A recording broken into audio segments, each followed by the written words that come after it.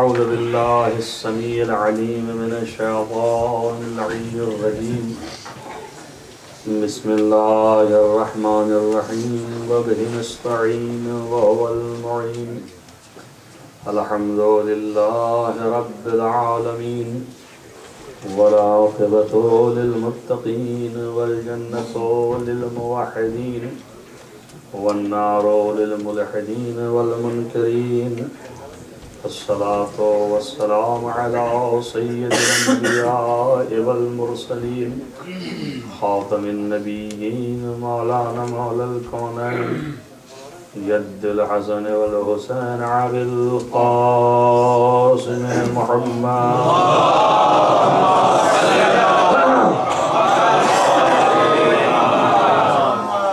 ولا سيما على عين عمه ووزيره ووسيله وخليفته مقبول بكل غالب غالب كل غالب مولانا علي بن أبي طالب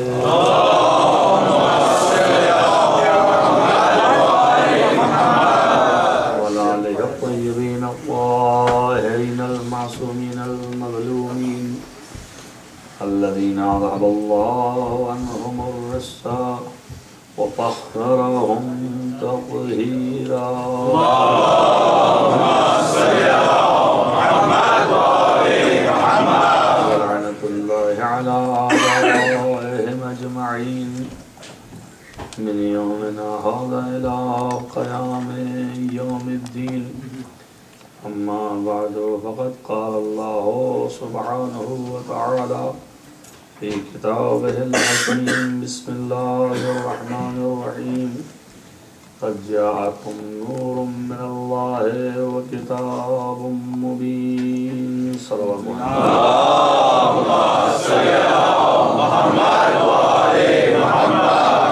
وسلم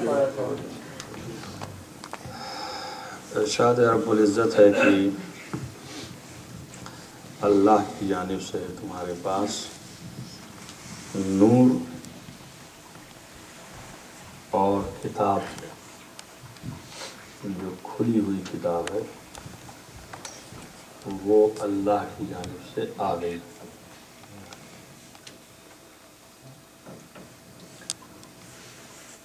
یہ آیت کریمہ سورہ مائدہ کی ہے جس میں دو چیزیں اللہ نے بیان کی ہیں. ایک نور ہے اور ایک کتاب ہے جو اللہ نے بھیجا ہے. نور اس لیے بھیجا ہے کہ بہرحال کتاب کو ظلمت اور گمراہی میں یا یہ کہ اندھیرے میں کتاب پڑھی نہیں جا سکتی جب تک کہ کتاب کے لیے نور نہ ہو. نور سے دیکھ کر کے ہی آپ کتاب پڑھ سکتے ہیں, چاہے یہ والا نور ہو اور چاہے آفتاب کا نور ہو. بغیر روشنی کے کتاب کا علم آپ کو حاصل نہیں ہو سکتا.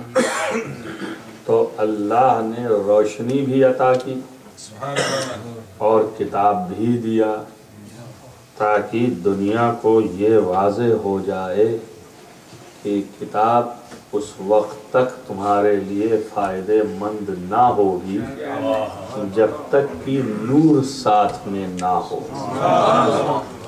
جب نور ساتھ میں ہوگا تبھی تمہارے لیے فائدے مند ہوگی. اب یہ کہ نور کون ہے وہ ایک الگ بحث ہے, اور اس سے پہلے بہت سی مجلسیں اس آیت پر پڑھ چکا ہوں, تو آپ کو تقریباً ذہن میں ہونا چاہیے. جیسے سال بھر ہو گیا, سال بھر کا فاصلہ بہت ہوتا ہے, مگر یہ کہ جب میں پڑھوں گا تو وہ باتیں یاد آنی چاہیے آپ کو. ایک صلوات پڑھیں محمد.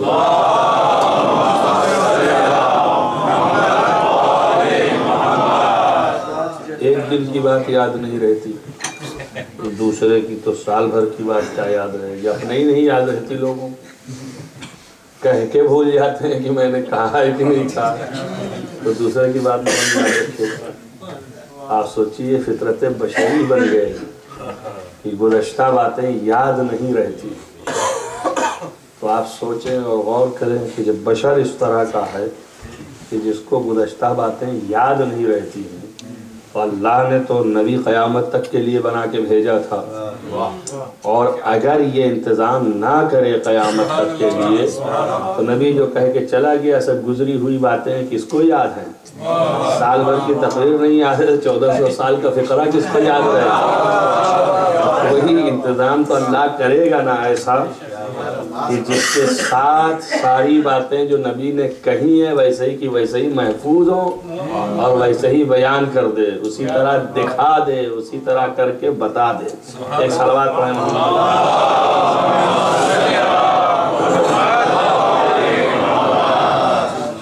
تو ایسی کوئی قوت ہونی چاہیے اللہ کی جانب سے کہ جو یہ کام انجام دے، وَإِلَّا نبی کی ساری باتیں جو کہی گئی ہیں وہ چند روزہ رہ جائیں گی، اور قیامت تک کے لیے جو نبی بنایا ہے وہ نبوت چند دنوں کے اندر ختم ہو جائے گی۔ نبوت کو دوام نہیں مل سکتا اس وقت تک جب تک کہ کوئی ایسا نہ ہو کہ جو نبی ہی جیسا، جو بھی نبی کہہ چکے ہیں، جو بھی نبی کر چکے ہیں، جو بھی نبی کرتے اگر ہوتے تو ویسا ہی کر کے دکھانے والا نہ ہو، ویسا ہی بتانے والا نہ ہو، تو اس وقت تک یہ دین قائم نہیں رہ سکتا۔ عقل کا تقاضا ہے، لہذا جب ہم جیسے کم عقلوں کو یہ بات سمجھ میں آتی ہے تو جو خالق عقل ہے وہ ایسے ہی کیسے چھوڑ دے گا،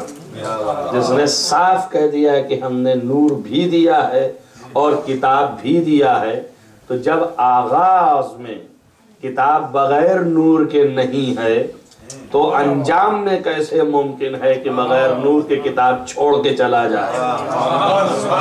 کیسے ممکن ہے کہ بغیر نور کے کہ جو نور ساتھ میں دیا ہے اس کے کتاب چھوڑ کے چلا جائے؟ کہ اندھیرے میں یہ اندھے دیکھنا چاہیں تو دیکھ بھی نہ پائیں، ایک تو خود ہی اندھا اور اس کے بعد اندھیرا بھی، کیسے دیکھ پائے گا؟ اندھا وہ ہے کہ جو صحیح حقیقت کو اپنی آنکھوں سے نہ دیکھ سکے، وہی اندھا ہے۔ کتنی آیتیں پڑھتے ہیں لوگ مگر ایسے گزر جاتے ہیں جیسے قرآن میں یہ آیت ہی نہیں ہے، اور جب امت کے لوگ پڑھ کے سناتے ہیں تو ایک دوسرے سے پوچھتے ہیں کیا یہ بھی قرآن میں ہے؟ اب بتائیے آپ ایسے اصحاب اگر ہوں گے نبی کے کہ جب دوسرے پڑھ کے بتائیں گے کہ یہ قرآن میں آیت ہے اور وہ دوسروں سے پوچھیں گے کہ کیا یہ آیت ہے، جب ایسے اصحاب ہوں گے اور کہیں خدا نہ خواستہ وہ صاحب اقتدار اسلام ہو گئے تو اسلام کا کیا حال ہوگا؟ اسلام کہاں پہنچے گا؟ اسلام کہاں جائے گا؟ ایک صلوات پڑھیں محمد۔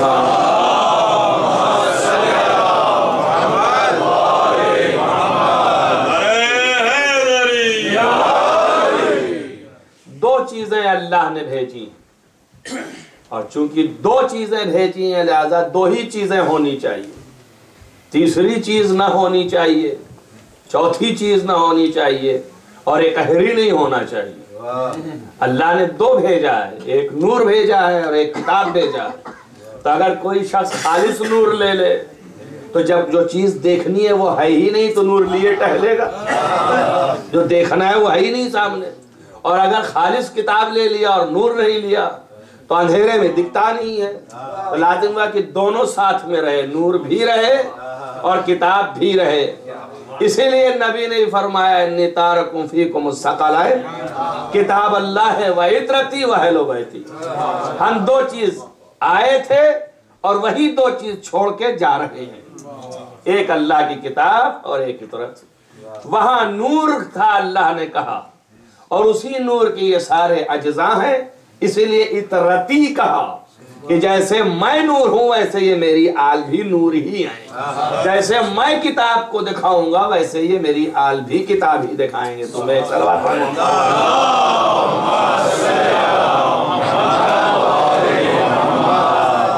اب دیکھیے قرآن ہدایت کرتا ہے کہ آپ سب جو ہیں وہ صرف اور صرف اللہ کی رسی کو مضبوطی سے پکڑیے۔ وہ کہاں لٹک رہی؟ قرآن کہتا ہے وَاعْتَصِمُوا بِحَبْلِ اللَّهِ، قرآن مجید ہے نا، وَاعْتَصِمُوا بِحَبْلِ اللَّهِ، حبل مانے رسی کے ہوتے ہیں، تم لوگ مضبوطی سے پکڑ لو اللہ کی رسی کو۔ دوسری جگہ پہ ہے وَاسْتَمْسَكُوا بِالْعُرْوَةِ الْوُثْقَىٰ، وثقہ یعنی مضبوط اور عروہ یعنی رسی، مضبوط رسی کو مستمسک ہو جاؤ یعنی مضبوطی سے پکڑ لو۔ اور اس والی آیت میں تو یہ وَلَا تَتَفَرَّقُوا فِيهِ، اور اس مسئلے میں جھگڑا نہ کرنا، رسی کو پکڑ لو، اور جب رسی کو پکڑ لو گے اور جھگڑا نہیں کرو گے تو نجات مل جائے گی۔ یہ بار بار قرآن میں آ رہا ہے کہ رسی پکڑو، یہ رسی کہاں ہے کہ پکڑی جائے؟ یہ رسی تو کہیں لٹک ہے نہیں رہی، یہ لٹک رہی آسمان سے اور دیکھ رہے ہیں لوگ اور نہیں پکڑ رہے ہیں۔ پر بہرحال اللہ نے 3 مقامات پر فرمایا، اور ایک جگہ پر یہ بھی کہا کہ جس نے بھی اللہ کی رسی پکڑ لی گویا وہی کامیاب اور کامران رہا۔ معلوم یہ ہوا کہ ایک تو یہ کہ حکم دے رہا ہے کہ رسی پکڑو، اور ایک یہ بتا رہا ہے کہ جس نے اس رسی کو پکڑ لیا وہی کامیاب و کامران ہے۔ اب بھی کوئی گنجائش نہیں رہ گئی کہ انسان شک کرے کہ رسی ہے کہاں، کدھر ہے۔ بات دراصل یہ ہے کہ رسی کے 2 پٹ ہوتے ہیں، اور اس کو اور زیادہ سیدھا بیان کیا جائے تو 2 لٹ ہوتے ہیں، یعنی ایک اس طرح سے دوسرے سے ملی ہوئی ہوتی ہے۔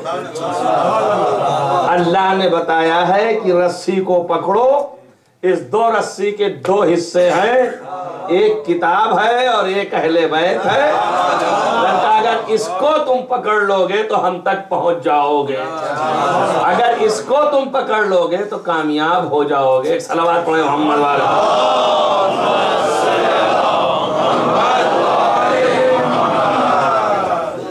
دادا نبی جو ہے وہ چھوڑ کے بھی نہیں 2 کو گیا، اور آئے بھی یہی 2، لایا بھی اللہ نے 2 لوگوں کے سامنے ظاہر کیا کہ 2، چھوڑا نبی نے 2، اور ایک اگر کیا ہے اسے تو رسی کی لفظ میں استعمال فرمایا، عروۃ الوثقیٰ، حبل اللہ، رسی ہر رسی کی بات نہیں کی، اللہ کی رسی ہے، اللہ نے اس رسی کو بنایا ہے، اللہ کے پاس اس کا سرا ہے، اور نیچے لٹکایا اس نے اس حیثیت سے کہ پکڑو تو اوپر جا سکتے ہو، اور وہ تمہیں ارتقاء حاصل ہو سکتا ہے، ترقی مل سکتی ہے اللہ کی راہ میں جب اس کو پکڑو گے تو۔ اور اس کے دونوں حصے آپ کے سامنے عرض کیے کہ یہ 2 چیزیں ہیں، تو ایک کتاب ہے اور ایک اہل بیت ہیں۔ اب یہ کہ کتاب اگر علم ہے تو اہل بیت جو ہیں وہ عالم ہے، کتاب اگر کتاب ہے تو اہل بیت اس کی تفسیر ہے۔ یہ ساری چیزیں جو ہیں قرآن خود ہی کہہ رہا ہے، اور یہ شب ہے جو اس میں ساری چیزیں میں ایک ساتھ تو نہیں بیان کر پاؤں گا۔ آپ اندازہ کریں کہ اس کتاب کے اندر کیا کیا موجود ہے، اور اس کے ساتھ آپ ملاحظہ کریں کہ اس ذات کے اندر اللہ نے جو عروۃ الوثقیٰ کے لفظ استعمال کی یا حبل اللہ کہا، اللہ کی رسی بیان کی اور مضبوط رسی بیان کی، تو اس کے اندر فلسفہ کیا ہے، اللہ کیا کہنا چاہ رہا ہے اور کدھر لے جانا چاہ رہا ہے، کس منزلت کی طرف پہنچانا چاہ رہا ہے، لوگوں کو نجات دلانے کے لیے کہہ رہا ہے۔ یہ دونوں مضبوط ہیں، ان کو اگر تم پکڑو گے تو نجات ملے گی۔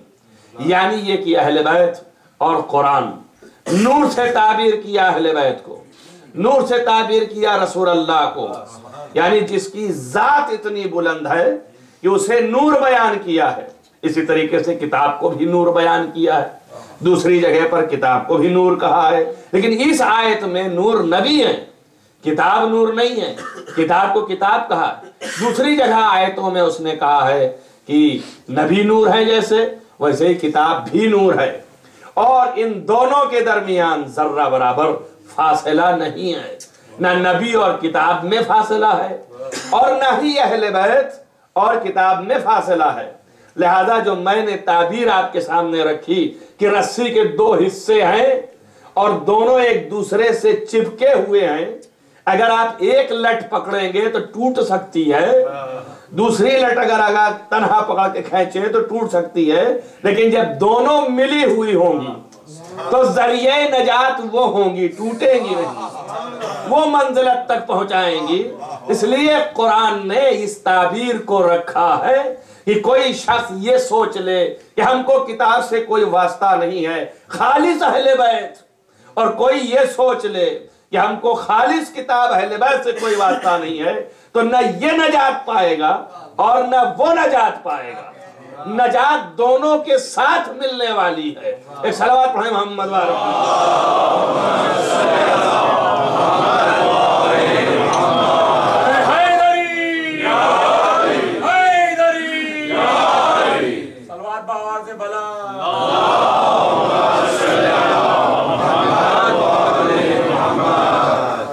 لہذا جس طریقے سے آپ چاہیں اس کی توجیہ کریں، تعویل کریں، ایک نقطہ ہے ذہن میں، یہ نہ سمجھیے گا کہ بہت سے لوگ سوچنے لگے کہ یہ کیا کہہ رہے ہیں۔ قرآن تو واقعاً اگر تنہا آپ لے لیں تو سمجھ میں آتا ہے کہ تنہا اگر قرآن پر عمل کرنا چاہیں آپ بغیر اہل بیت کے تو آپ نجات نہیں پائیں گے۔ کیوں نہیں پائیں گے؟ اس لیے کہ اتنی عقل ہی نہیں ہے، اتنی سمجھ ہی نہیں ہے، اتنی فکر ہی نہیں ہے کہ کل قرآن ہم سمجھ جائیں۔ ہر مسئلہ جو ہمارے زندگی کا اٹھتا ہے، قرآن کہتا ہے کہ ہر خشک و تر اس کے اندر موجود ہے، لیکن ہر مسئلہ جو زندگی کا اٹھتا ہے اسے ہم حل کر لے جائیں، آج تک کسی بشر میں اتنا تدبر تو نہیں پیدا ہوا۔ 1400 سال سے قرآن ہے، کوئی ایک کھڑا ہو جاتا 1400 سال کے درمیان میں اور یہ کہتا ہے کہ میں ہر مسئلے کا جواب اس قرآن سے نکال سکتا ہوں۔ قرآن تو صاف کہہ رہا ہے کہ ہر چیز ہے اس میں، یہ تو نہیں ہے کہ نہیں کہا اس نے، چیخ چیخ کے کہہ رہا ہے، کئی آیتیں اعلان کر دی اس نے اور یہ روشن کر دیا کہ ہر چیز کا بیان یہ قرآن ہے۔ تبیان کل شیء لا رطب ولا یابس الا فی کتاب مبین، ہر خشک و تر اس کے اندر موجود ہے۔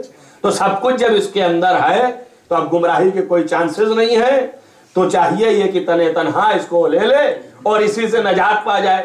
مگر 1400 سال میں آج تک کوئی ایسا نہیں پیدا ہوا جو یہ دعویٰ کرے کہ میں قرآن سے ہر مسئلے کا جواب نکال لیتا ہوں۔ ایک بھی نفر نہ آیا ایسا کہ جو یہ بیان کرتا کہ میں اس میں سے نکال لیتا ہوں۔ تو اس کے معنی یہ ہوئے صاف ستھرے سے کہ مسلمان میں ایک فرد میں یہ صلاحیت نہیں ہے کہ اتنا تدبر کر سکے کہ قرآن کے اندر کیا کیا ہے۔ آج یہ لوگ سوال بھی کرتے ہیں، آپ قبلہ بتائیے، آپ اس پر غور و فکر کیجئے کہ جب قرآن کہتا ہے کہ ہر چیز اس کے اندر موجود ہے تو ہمارے یہاں کیوں نہیں سائنسداں پیدا ہوئے، ہمارے یہاں کیوں نہیں لوگوں نے ایکسپریمنٹ کیا؟ اور پھر اس کے بعد تعلیمات اہل بیت کی روشنی میں اگر آپ دیکھیں تو اس حساب سے بھی اہل بیت کی یہ تعلیمات بہت اعلیٰ رہی ہیں۔ تو پھر ہمارے یہاں کیوں عالم جو پیدا ہوتے رہے وہ حدیثوں کی حد تک محدود رہ گئے؟ بہت زیادہ کیا تو مسئلہ شرعی کا جواب لکھ دیا، اس سے زیادہ اجتہاد بھی نہیں کیا۔ کیوں نہیں سائنس میں مجتہد پیدا ہوا؟ کیوں نہیں جو ہے ٹیکنالوجی میں مجتہد آیا؟ جب قرآن میں سب کچھ موجود ہے اور جب اس کے اندر ہر چیز ہے تو مسلمانوں میں کیوں نہیں آیا؟ اور اگر مسلمانوں میں نہیں آیا تو پھر بھی اس لیے کہ ہم جو ہیں ان کو تھوڑا پچھڑا سمجھتے ہیں کہ وہ بہت پچھڑے ہوئے ہیں قرآن کے بارے میں، لیکن اہل بیت والے تو بڑا دعویٰ کرتے ہیں، تو ان کے علماء کیوں نہیں ہو سکے؟ تو اب میں کیا جواب دیتا سوائے اس کے؟ تو میرے اور کچھ نہیں سمجھ میں آتا کہ جناب وہ لوگ جن کو آپ نے پچھڑا بتایا ان کے مسئلہ تو آپ حل کیجئے، ان کا تو میں جواب دے نہیں سکتا ہوں، لیکن اہل بیت کی تعلیم کی روشنی میں جو علماء گزرے ہیں وہ کیوں نہیں بن سکے؟ اس کی وجہ ہے جب سے اسلام آیا ہے اس وقت سے محبت اہل بیت رکھنے والے علماء صرف دفاع کرتے رہ گئے، چیزوں کو جمع کرتے رہ گئے، دوسروں کو جواب دیتے رہ گئے، ان کو چانس ہی نہیں مل سکا کہ وہ بیٹھ کے تحقیق کرتے۔ اور جن کو چانس ملا ہے، آج میڈیکل جو اتنا زیادہ عروج کر گئی، وہ ابو علی سینئی کی تو باتوں پر عروج کر کے نہیں آگئے۔ صلوات پڑھیے محمد رسول اللہ۔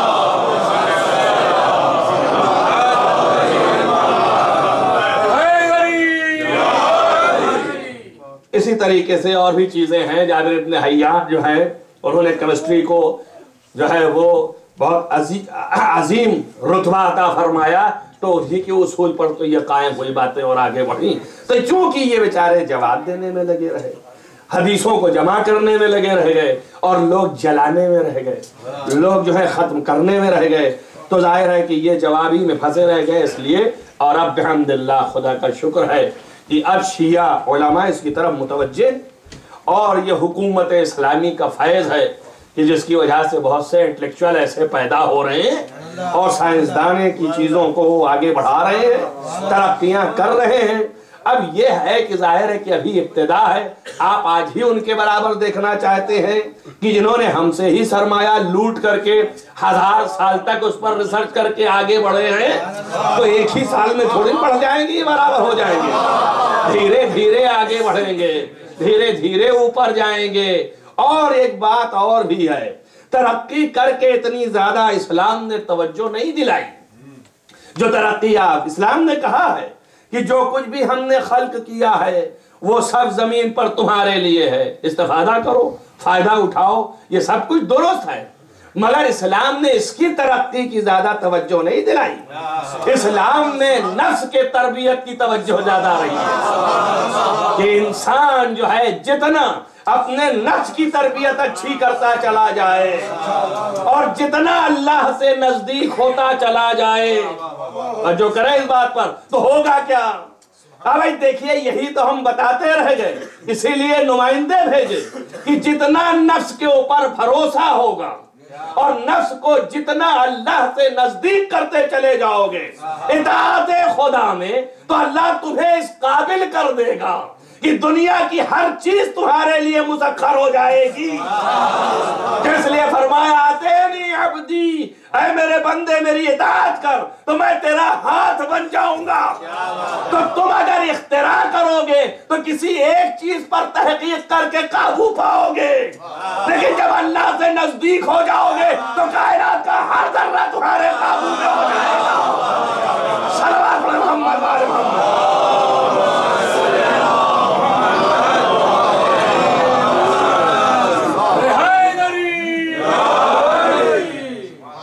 اب آپ اندازہ کیجئے کہ یہی قرآن ہے جو یہ کہہ رہا ہے، سورہ رات کے اندر موجود ہے کہ اگر چاہیں تو اسی قرآن سے ہم پہاڑ کو چلا دیں، اور اگر چاہیں تو اسی قرآن سے ہم مردے سے بات کریں۔ تو آج 1400 سال ہو گئے، قرآن خود کہہ رہا ہے کہ اگر ہم چاہیں، یعنی کون؟ مسلمان، اللہ ان کی جانب سے بول رہا ہے کہ جن کے لیے قرآن دیا ہے کہ اگر چاہیں تو اس سے ہم پہاڑ کو سیر کرائیں، چلائیں، اور اگر ہم چاہیں تو اسی سے مردے کو زندہ کریں۔ تو آج تک کوئی مسلمان تو ایسا نہیں دکھائی دیا ہم کو کہ اس قرآن کے ذریعے سے بات کرتا مردوں سے اور پہاڑ کو چلا دیتا۔ لیکن مجھے چند لوگ نظر آئے جن کو نصارہ نے دیکھ کے کہا کہ اگر یہ اشارہ کرتے تو پہاڑ اپنی جگہ سے چل پڑے۔ صلوات محمد وعلی محمد۔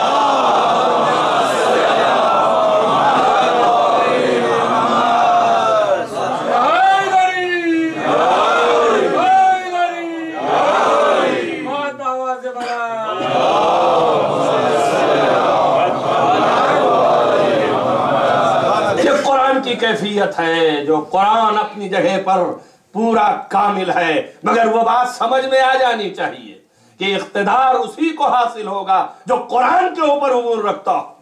اگر ہم چاہیں تو اسی قرآن سے گفتگو کریں، ہم چاہیں تو اسی قرآن سے مردوں سے بات کریں، ہم چاہیں تو اسی قرآن کے ذریعے سے پہاڑ کو اپنی جگہ سے ہٹا دیں۔ یعنی قرآن کے علم کی دولت اتنی عظیم ہے کہ اگر ہم چاہیں تو یہ کر دیں، ہم چاہیں تو وہ کر دیں، اس میں کوئی تخصیص نہیں ہے، ہر مسلمان کے لیے ہے کہ اگر چاہے تو کر دے۔ پڑھو کرے میری بات پر، اب وہاں کا معاملہ مسلسل کر لیں جو بھی حسینی میں پڑھ چکا ہوں۔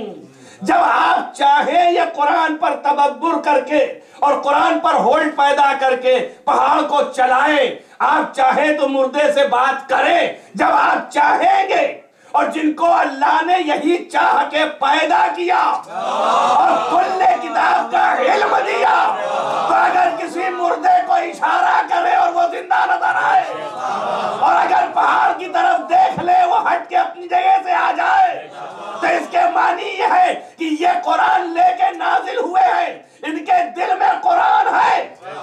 ایک صلوات پڑھیں محمد وآل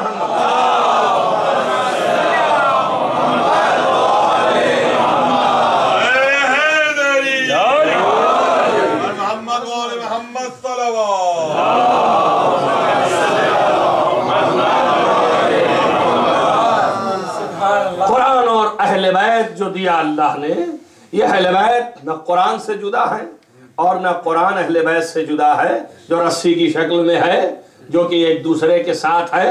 میں نے وہ جملہ جو کہا تھا اس کی توجیہ کرنا چاہتا ہوں کہ آپ دیکھیے، اگر چاہیے آپ تنہا اہل بیت کو لے لیجئے اور آپ چاہیے کہ تنہا قرآن کو لے لیجئے تو نجات نہیں ملنے والی۔ قرآن کا پارٹ تو آپ کے سمجھ میں آیا کہ آج تک جو ہے کوئی نہیں پیدا ہوا کہ قرآن سے ہر چیز کو نکال سکے، جبکہ قرآن کے اندر موجود ہے۔ اب آپ اندازہ کریں، لیکن اہل بیت ایسی کیفیت میں ہے یا نہیں ہے؟ چونکہ اہل بیت کی ذات وہ ہے کہ قرآن سے جدا نہیں ہو سکتی۔ اس کے معنی یہ ہے کہ کوئی ان کو لے نہیں سکتا۔ نبی نے فرمایا کہ یہاں تک کہ حوض کوثر تک یہ ہمارے پاس جب پہنچیں گے تو ایک دوسرے کے ساتھ ہوں گے۔ تو اس کے معنی ہے کہ اہل بیت سے قرآن کو جدا نہیں کیا جا سکتا، اور اس طرح تو قرآن الگ دکھائی دے رہا ہے، اہل بیت الگ دکھائی دے رہے ہیں۔ جب چاہیے قرآن کو رکھ لیجئے، جہاں چاہیے اہل بیت کو بند کر دیجئے، قرآن ایک طرف ہو جائے، تو یہ کون سے قرآن کی بات ہو رہی ہے؟ اگر یہ والا قرآن ہے تو لمحہ لمحہ جدا ہو سکتے ہیں۔ شاید یہ وہ قرآن کی بات ہو رہی ہے کہ جس میں جدائیگی کرنا چاہا، گلا کٹنے کے بعد بھی قرآن کی تلاوت آتی رہی۔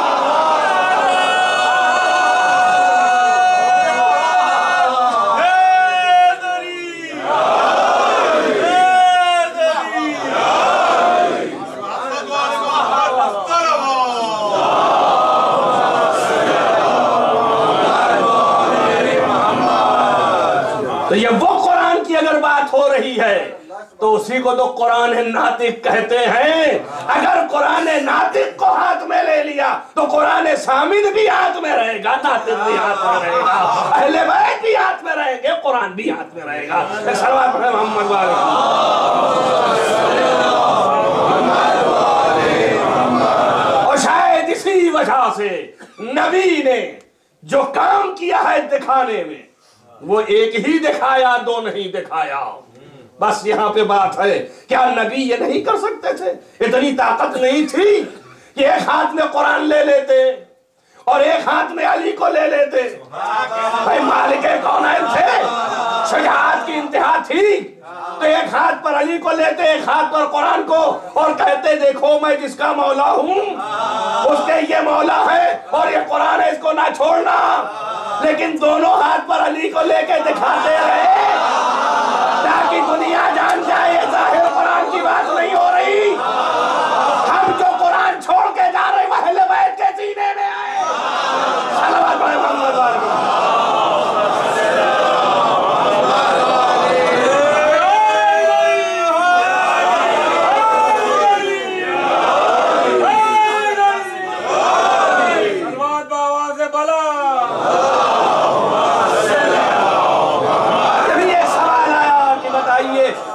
کہہ رہے تھے انی تارکم فیکم الثقلین، کتاب اللہ ہے وعطرتی واہل بیتی، تو اللہ کی کتاب تھی تبھی تو کہہ رہے تھے۔ لہذا پہلے سے قرآن تھا تبھی تو کہہ رہے تھے، پر قرآن تھا کہاں؟ تمام تاریخوں کو چھان ڈالیے، لوگوں کے پاس کیا جمع موجود تھا؟ کہیں نہیں تھا۔ اب وہ لوگ زور لگا رہے ہیں کہ نہیں نبی کے زمانے میں، یہ جملہ بتا رہا ہے کہ نبی کے زمانے میں تھا۔ ارے کہاں سے تھا؟ اگر نبی کے زمانے میں تھا تو چندہ لینے کی ضرورت کیا تھی؟ کوئی ان سے مانگ رہا ہے، کوئی ان سے مانگ رہا ہے، کہانی قرآن تھا، مگر وہ قرآن جو ہے اصحاب کے سینوں میں تھا۔ تو جن کے سینوں میں تھا کل قرآن تھا؟ کہا نہیں، ایک سورہ ان کے پاس تھا، ایک سورہ ان کے پاس تھا، ایک سورہ ان کے پاس تھا۔ تو اس کے معنی یہ ہے کہ اصحاب اگر بہت بڑھ بھی جائیں تب بھی کل قرآن جمع نہیں کر سکتے۔ سورہ ہی سورہ، آیتیں آیتیں رہے گی خالی۔ یہ آیتوں کے عالم ہیں، یہ سوروں کے عالم ہیں۔ تو کل قرآن جہاں مل رہا ہو، نبی کل قرآن چھوڑ رہا ہے۔ اور اگر تھا نہیں، اور ادھر کہہ بھی رہے ہیں کہ کتاب کسے کہتے ہیں؟ کتاب اللہ اطرتی وحل بیتی۔ ابھی قرآن پہ بحث نہیں، کتاب پر ہے۔ فرمایا میں کتاب چھوڑ رہا ہوں۔ اور کتاب جانتے ہیں کس کو کہتے ہیں؟ عربی میں لفظ کتاب کے معنی ہیں، کتاب اس جگہ کو کہتے ہیں کہ جہاں پر کسی ایک ٹاپک سے متعلق تمام چیزوں کو یکجا کر دیا جائے، جمع کر دیا جائے، اسے کتاب کہتے ہیں۔ تو اب نبی نے جو قرآن تھا، یہ مختلف ٹاپکس جو تھے وہ سمٹ کے ایک ٹاپک قرآن میں آنا تھا۔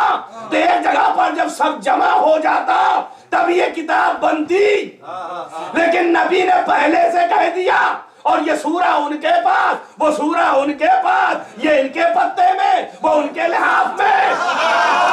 بتائیے جمع تو ہے نہیں، جب جمع نہیں تو کون سی کتاب چھوڑی؟ قاعدہ یہ بتاتا ہے کہ کتاب اسے کہتے ہیں جہاں سب جمع ہو۔ تو قرآن نے بتا دیا کل شیء حسینہ فی امام مبین، امام مبین میں کل قرآن جمع تھا، اسی لیے غدیر میں اٹھا کے دکھا رہے تھے۔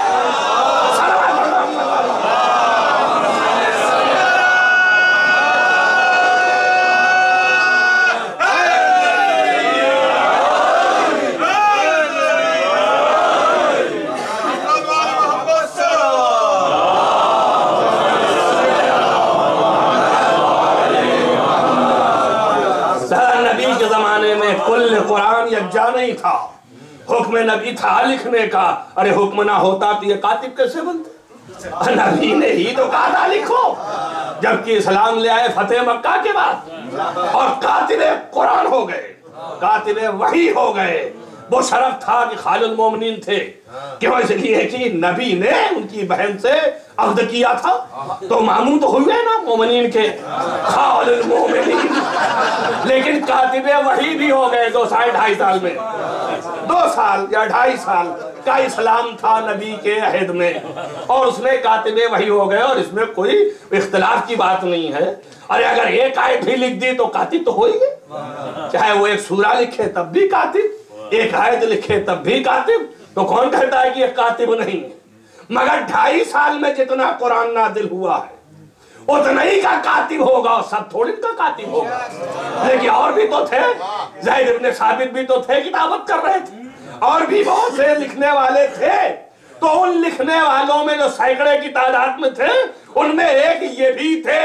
تو ان کے حصے میں 2.5 سال میں ایک ہی آیت تو آئی ہوگی، تو جتنا لکھا ہے اتنی آیت تو جانیں گے، اس سے زیادہ تو نہیں جانیں گے۔ لیکن جس کے سینے میں بھی رہی ہو اور جو نزول کے ہر وقت موجود رہا ہو، تو وہ ساری آیتوں سے واقف، ساری چیزوں سے واقف۔ اب ایک بات یہاں پر سوچتے جائیں، اگر ایسا نہ ہوتا تو ان کے سامنے چیلنج کیسے کرتے علی؟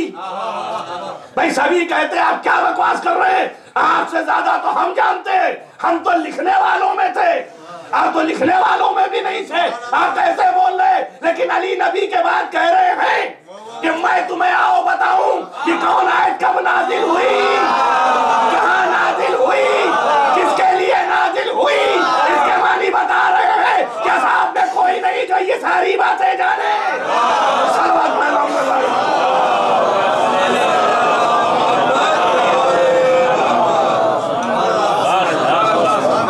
دیکھیے سب اوپر اوپر کی بات باتیں آپ کے سامنے کر کے جلدی جلدی ختم کر رہا ہوں مجلس کو، ورنہ اس کے اندر ابھی لاجک بہت کچھ تھی جو میں نے کریم پلا دیا آپ کو۔ ایک صلوات پڑھے محمد۔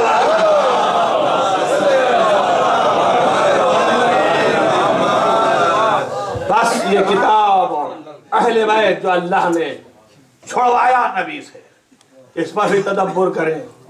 نبی نے بنایا نہیں، نبی نے چھوڑا ہے۔ بنایا نہیں نبی نے، بنایا اللہ نے، خلق کیا اللہ نے۔ اس نے کہا اِنَّا جَعَلْنَاكَ عَلَىٰ شَرِيَةً مِّنَ الْأَمْرِ، ہم نے اپنے امر سے شریعت مقرر کیا۔ اِنِّي جَاعِلٌ فِي الْأَرْضِ خلیفہ، ہم زمین پہ خلیفہ بنانے والے ہیں۔ اِنِّي جَاعِلُكَ لِلنَّاسِ إِمَامًا، ہم لوگوں کا امام بنانے والے ہیں۔ اور یہاں پر شریعت یعنی کتاب ہم خلق کرنے والے، ہم بنانے والے، نبی ہم بنانے والے، امام ہم بنانے والے، خلیفہ ہم بنانے والے۔ اور نبی سے صرف کہا تم پیروی کرو یا پہنچاؤ، نبی پہنچانے والے۔ اب جب نبی جانے لگے تو ہم کہا آپ بھی بنا کے جائیے۔ نبی نے کہا بنانے کا کام اللہ کا ہے۔ ایک لفظ استعمال کی انی تاریخ، جو اس نے دیا ہے، میں بناتا نہیں ہوں، میں چھوڑتا ہوں۔ تو نبی جب بنا نہیں سکتا تو امت کیسے بنا رہی ہے؟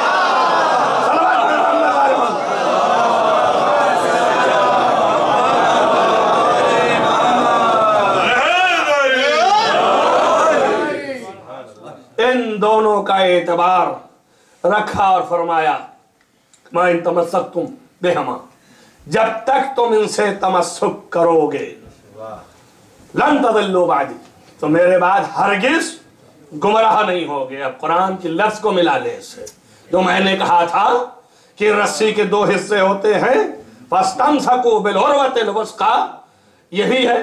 اور پھر فرمایا وَاعْتَصِمُوا بِحَبْلِ اللَّهِ، اب یہاں کہا جا رہا ہے کہ ہم دونوں چھوڑ کے جا رہے ہیں۔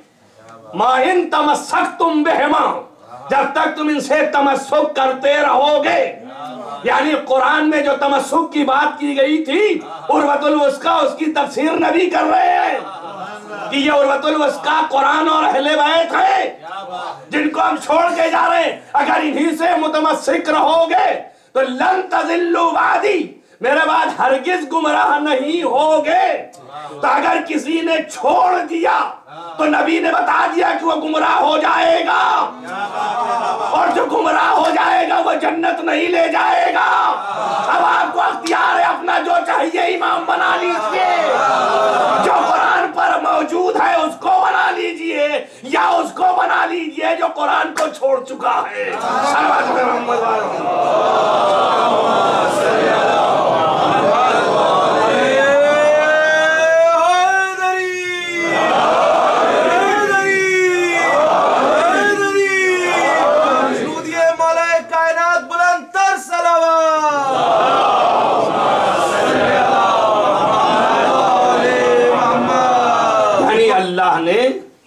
روشن طریقے سے نبی سے اعلان کروایا کہ جب تک تم ان سے متمسک رہو گے، لن تضلوا بعدی، میرے بعد ہرگز گمراہ نہیں ہوگے۔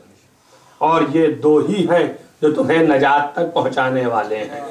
تو اگر کسی نے چھوڑا ان دونوں کو، ظاہر کو گمراہ ہوگا، اور اگر ایک کو لیا اور ایک کو چھوڑا تو اسی طرح جس طرح توجیہ کی آپ کے سامنے گمراہ ہو۔ اگر خالص کتاب لیا تو گمراہ، خالص اہل بیت، اب وہ خالص چونکہ ایسے ہیں کہ وہ ایک ہی ہے، تو ایک ہے نہیں، وہ تو دو کی کیفیتوں میں آتے ہیں جب بھی آتے ہیں۔ اس لیے کہ سینے میں کلے کتاب موجود ہے، اور ابھی آپ کے سامنے پورا ایکسپلین ہو چکا۔ اسی لیے تو مولا نے فرمایا تھا جب جنگ صفین میں قرآن کو سامنے لایا گیا، جس کو کہ قرآن کہا گیا، اگرچہ وہ قرآن نہ تھا لیکن نبی کا نبی کے اوپر جو نازل ہوا قرآن، اس کی تعبیر کی گئی، اور نبی نے پہلے سے کہہ دیا تھا یہ قرآن علی کے ساتھ ہے اور علی قرآن کے ساتھ ہیں۔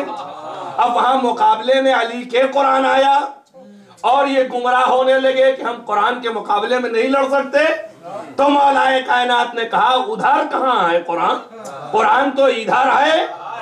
اور عمار یاسر نے کہا تمہیں کیا ہو گیا، مگر نبی نے نہیں کہا تھا کہ علی قرآن ناطق ہے؟ تو انہوں نے کہا کہ تم گمراہ ہو گئے ہو، کہیں ایسا بھی ہو سکتا ہے کہ انسان قرآن ناطق بن جائے؟ قرآن وہ ہے، یہ نہیں ہے، اور وہی بعد میں خارجی ہوئے۔ تو آپ بات سمجھئے کیا ہوا؟ سمجھ میں آئی بات یا نہیں آئی؟ یعنی وہ لوگ جنہوں نے اہل بیت سے قرآن کو جدا کیا وہی خارجی بنے۔ آج بھی جو جدا کرے سمجھ لے وہی انجام ہے اس کا۔ صلوات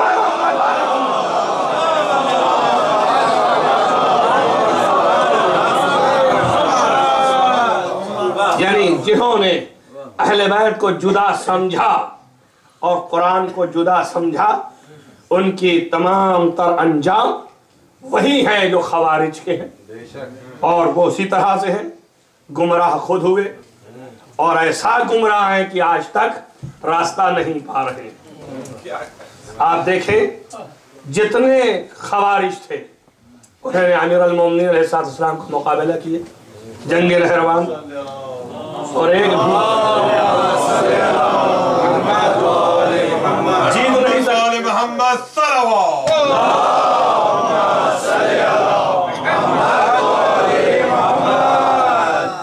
ایک بھی جیت نہیں سکا، اور مولا نے جتنے نام گنا دیے تھے یا جتنے افراد کی گنتی بیان کر دی تھی اتنے ہی خالص زندہ رہے۔ ان میں سے ایک ابن ملجم تھا، ان 13 لوگوں میں سے جن کو مولا نے فرمایا تھا کہ یہ بچیں گے، اور بھاگے، بعض تو ایسے بھاگے کہ پلٹ کے پیچھے دیکھا ہی نہیں، اور بھاگتے ہوئے یمن اور اس کے بعد سلالہ اور اس کے بعد مسقط جا کھڑے ہوئے۔ تو ان کی حکومت آج مسقط میں ہے، ابھی بھی ان کی نسلیں جاری ہیں۔ پورا مسقط جو ہے مملکت العباسیہ، عبداللہ ابن عباس تھا کہ جو جنگ نہروان سے بھاگا تھا تو پھر پلٹ کے ادھر نہیں آیا۔ تو عرض خدمت یہ ہے کہ خوارج کے انجام تاریخی طور پر آپ کے سامنے ہیں، صرف اس حیثیت سے کہ قرآن کو جدا کیا انہوں نے اور اہل بیت کو جدا سمجھا انہوں نے۔ اگر قرآن و اہل بیت کو ایک سمجھتے تو گمراہ نہ ہوتے۔ دشمنان اہل بیت پہ لانا، اور جس نے قرآن اور اہل بیت کو ایک نہیں سمجھا وہ گمراہ ہوا، اور یہی قرآن اور اہل بیت کے تحفظ کی ذمہ داری ہماری اور آپ کی ہے۔ دیکھیں میں ختم کر رہا ہوں چونکہ وقت زیادہ گزر گیا ہے، لہذا مصائب کے چند جملے پڑھنا چاہتا ہوں۔ ربط مصائب یہ ہے کہ عظمتوں کا اندازہ لگائیں آپ اور اس سے ذات تک پہنچیں کہ یہ ہم کو اور آپ کو تحفظ قرآن و اہل بیت کی تعلیم اصحاب اہل بیت دے کے گئے۔ یہ ان کی بھرپور توفیقاتیں تھیں کہ جس کی وجہ سے مولائے کائنات کا بھی تحفظ انہوں نے کیا، جگہ جگہ پر بچاتے رہے۔ جناب عمار یاسر جب تک زندہ رہے، اسی طریقے سے دوسرے اور اصحاب کہ جو قابل ذکر ہیں کہ جنہوں نے مولائے کائنات کا تحفظ کیا اور بچانے کی صحیح اور کوشش کرتے رہے۔ لیکن جو مقابل تھے، جو دشمن تھے، وہ یہ سمجھتے تھے کہ علی ابن ابی طالب کے ختم ہو جانے سے دین بھی ختم ہو جائے گا، دین بھی مٹ جائے گا اور قرآن بھی مٹ جائے گا۔ اس لیے انہوں نے علی کو قتل کیا، ذبح کیا عین حالت سجدہ میں۔ مگر جب امام علی مقام امام حسین علیہ السلام سامنے آئے تو بھی یہی سوچا کہ اگر حسین ختم ہو جائے تو قرآن بھی مٹ جائے گا، دین بھی ختم ہو جائے گا۔ لیکن علی اور حسین میں یہ فرق ہے کہ علی جب ختم کیے گئے تب تک یہ رہا کہ اسلام میں جو مقابلین تھے ان کی تاریخ اور ان کی سیرت اور ان کی تمام تر افعال اسلام کا جز بن گئے اور معتبر ہو گئے۔ لیکن حسین ابن علی نے جو اپنے خون ناحق سے اتنا بڑا انقلاب برپا کیا تو قیامت تک کے لیے قرآن اور سیرت رسول کو اس طرح محفوظ کیا ہے کہ اب قیامت تک کسی بھی صاحب اقتدار کا کوئی کردار جز اسلام نہیں بن سکتا، کوئی بھی کردار نہیں بن سکتا تھا. اس کو یوں سمجھیے آپ, گندگیاں موجود ہیں, ظلم موجود ہے, اور یہ گمراہی رہے گی قیامت تک. ظاہر ہے کہ اس کے مقابلے میں اللہ نے کسی کو رکھا ہے جو گمراہ کرتا ہے, چھوڑا قیامت تک کے لیے, تو گمراہی رہے گی. ایسا تو نہیں ہے جب اس نے کہا تھا کہ مجھے مہلت دے, میں اسے گمراہ کر کے رہوں گا, تو اللہ نے مہلت دیا. تو عقل کیا کہتی ہے کہ جب گمراہ کو چھوڑا ہے گمراہی کے لیے, تو کوئی ہادی بھی تو ہونا چاہیے, کوئی ہادی بھی ہونا چاہیے. لہذا ہادی بھی ہے, مگر آپ سوچیں, گمراہی ہے, ظلم ہے, چوری ہے, ڈکیتی ہے, کذب ہے, جھوٹ ہے, سب کچھ ہے. تو امام حسین کس کے لیے کھڑے ہوئے تھے؟ اس کا جواب یہی ہے کہ حسین کذب کے مقابلے میں نہیں کھڑے ہوئے, ظلم کے مقابلے میں نہیں کھڑے ہوئے. تو یہ نہ سمجھیے آپ کہ ظلم بند ہو جائے گا, ظلم ختم ہو جائے گا. وہ ایک سبق دیا ہے کہ ظلم سے نہ ڈرو, لیکن مقابلے میں کھڑے ہوئے ہیں اس سیرت کے جو جز اسلام بن رہا تھا, تاکہ قیامت تک ثبت کر دے کہ اب کبھی یہ جز اسلام نہیں بن سکتا. صلوات محمد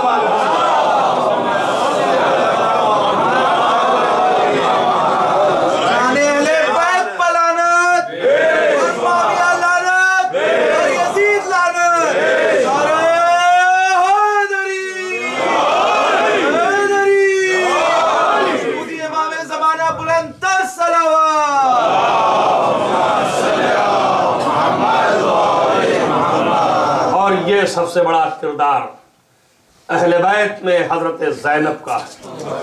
اہل بیت اطہار قرآن کے تحفظ کے لیے پوری زندگی وقف کر دی, دولتیں لٹا دی, سب کچھ کر دیا, اور اہل بیت نے قرآن بچایا, سیرت بچائی. مگر زینب کا وہ کردار ہے کہ جس نے اہل بیت بھی بچایا اور قرآن بھی بچایا. دونوں ذاتوں کو بچانے والی محافظ حضرت زینب ہے, جس نے اہل بیت کو بھی بچایا, قرآن کو بھی بچایا. قیامت تک احسان ہے کائنات پر زینب کا, مسلمانوں پر تنہا نہیں, کائنات پر زینب کا احسان ہے. اور وقت نہیں ہے دلائل پیش کرنے کا, بس مختصر یہ سمجھیے آپ کہ اگر زینب نہ ہوتی تو سید الساجدین کا خاتمہ تھا, اور اگر امام معصوم کا خاتمہ ہو جائے, حجت کائنات میں نہ رہ جائے, تو پھر کائنات باقی نہ رہتی. زینب کا کارنامہ یہ ہے کہ کائنات میں حجت کی حفاظت فرمائی تاکہ کائنات بچ جائے. تو آج کائنات زینب کے طفیل میں ہمارے حصے میں آئی. اس لیے اپنے محسن کو کبھی نہیں بھولنا چاہیے, اپنے محسن کا غم مناتے رہنا چاہیے. محسن کی ذات اور اس کے کردار جو لوگ بھول جاتے ہیں وہ نمک ناشناس ہوتے ہیں. حضرت زینب نے وہ کردار ادا کیا ہے. ابھی آپ کے سامنے ایک لفظ رکھا ہے دلیل کے طور پر کہ اہل بیت کا تحفظ اور قرآن کا کیا. امام زمان علیہ السلام فرماتے ہیں کہ سلام ہو میری پھوپھی پر, جس پھوپھی نے ہم اہل بیت کے یتیموں کی کفالت کی. اللہ اکبر, جس پھوپھی نے ہم اہل بیت کے یتیموں کی کفالت کی ہے. عزیزوں بہت بڑا جملہ ہے. یتیم سید الساجدین بھی ہے, یتیم محمد باقر بھی ہے, یتیم سکینہ بھی ہے, یتیم حسین کے اور بچے بھی ہیں. جتنے تھے سب یتیموں کی کفالت زینب نے کی ہے. اور عظمت کی انتہا یہ ہے کہ حسین نے کسی سے نہیں کہا, صرف زینب کا ہاتھ پکڑ کے اور کہا ہے بہن اگر ان بچوں کے لیے پانی مانگنا پڑے تو میری بہن شرمانا نہیں, پانی مانگ لینا. عزیزان گرامی, آج دیکھیے زینب جو شہزادی کونین کی بیٹی ہے, جو جبریل کے شہزادی کی بیٹی ہے, جو رسول کی نواسی ہے. رسول آغوش میں لینے کے بعد کہتے تھے کہ زینب نے میں اپنے ماں کی اور اپنے نانی کی اور اپنے جد کی خوشبو سنتا ہوں. یہ زینب وہ ہے کہ جس میں عبد المطلب کے خون کی خوشبو آتی ہے. آپ اندازہ کریں اتنی عظیم بی بی, لیکن جب سکینہ نے کہا بولی اماں میں پیاسی ہوں, تو شمر جیسے انسان سے بھی سکینہ نے کہا پانی مانگوں, تو زینب نے سر کو جھکایا مگر فرمایا بی بی مانگ کے دیکھ لو تاکہ دنیا کو پتا چل جائے کہ ذرے شمر کیا ہے. پانی نہیں دیا۔ زینب نے کہا اے شمر بچی یتیم ہے، اگر مسلمان نہیں ہے تو انسان تو ہے، اتنا تو اپنے کلیجے میں جھانک کے دیکھ کہ یہ بچی یتیم ہے تو اس کے اوپر ظلم کر رہا ہے۔ عزیزو کہاں سے شروع کیا جائے؟ زینب کے مصائب آپ دیکھیں، ابتدائے کربلا جس کی زندگی ایسی گزری ہو کہ بچپنے میں اپنے نانا کے سر کو اڑتے دیکھا، سر سے سایہ کو اڑتے دیکھا، ابھی بچی تھی، جوان نہیں ہوئی تھی، کم سن تھی کہ ماں بھی دنیا سے چلی گئی۔ اللہ اکبر، ابھی زیادہ دن نہیں گزرے تھے کہ باپ بھی سر سے سایہ اٹھ گیا، اور اس کے بعد ایک بھائی کا داغ ایسے اٹھایا کہ کبھی تک ہٹایا تو 72 ٹکڑے تھے، کبھی فرمایا نانا آپ ہوتے تو دیکھتے کہ حسن کے کلیجہ کیسے کٹ فرمائیے کہ جس بیوی نے اتنا غم اٹھایا ہو اب اس کو کچھ دیکھنا نہیں ہے۔ عزیزو وہی بیوی جب آخری وقت دیکھ رہی ہے کہ کوئی مددگار نہیں ہے، ایک مرتبہ باہر نکلی، اور نکلنے کے بعد رکاب توسن پکڑ کے کہا اے میرے پیارے بھائی یہ بہن موجود ہے جو آپ کو سوار کرے گی۔ عزیز و عظمت زینب یہ ہے کہ امام وقت کہتا ہے عالم غیر معلمہ، اور حسین اس وقت پکڑ کے کہتے بہن وَلَا تَنْسَانِي فِي الصَّلَاةِ، اے میری بہن مجھے نافلہ شب میں بھولنا نہیں۔ اللہ اکبر، حسین دعا کی التجا کرتے ہیں زینب پر۔ عزیزو وہ زینب یہ بھی آپ مرثیہ سن رہے تھے کہ جس نے اپنی جان پھر ایسے لٹایا ہے، اس طرح سے نثار کیا ہے کہ جب مدینے لوٹ کے آئی تھی تو سر کے بھاگ سفید تھے، کمر جھکی ہوئی تھی، بیویاں پہچان نہیں پا رہی تھی۔ عزیزو سوچو جو ضعیفہ اس قدر ضعیف تھی اس کا کیا عالم رہا ہوگا، لیکن تاریخ نے یہ لکھا ہے کہ زینب اولیاء مدینہ لوٹنے کے بعد آپ کا ایک ہی وطیرہ تھا، چاہے گھر ہو، چاہے کوئی کوچہ ہو، چاہے کوئی گلی ہو، چاہے مقام مسجد نبی ہو، جہاں بھی زینب جاتی تھی کھڑے ہو کے ایک ہی فقرہ کہتی تھی اللہ ارے آگاہ ہو جاؤ قد قتل اخی عطشان، میرا بھائی پیاسا قتل کر دیا گیا، قد قتل اخی مظلوما، میرا بھائی مظلوم قتل کر دیا گیا۔ عزیزو ذکر حسین کی بنیاد زینب نے ڈالی، اسی سے انقلاب مدینے میں آیا، سید الساجدین کے دوبارہ ہتھکڑی لگی، اور اس کے بعد وہی توق پہنایا گیا، زینب پھر سپر بنی کہ زینب بن گئی سپر کہ زین العابدین کو دکھ نہ پہنچنے پائے، کہا بیٹا تنہا نہ جانے دوں گی۔ بس یہاں ایک میرا تصور ہے، ختم کرتا ہوں میں اس کو، دو چار جملے انہوں نے کہا ہے کہ شہادت حضرت زینب گرچہ کل کی تاریخ ہے لیکن میں سناتا ہوں آپ کو کہ دیکھیے میری زینب کا یہ عالم تھا، آپ مرثیے میں بھی سن کے آئے ہیں لیکن وہ اس کی توجیہ بیان کرتا ہوں آپ کے سامنے۔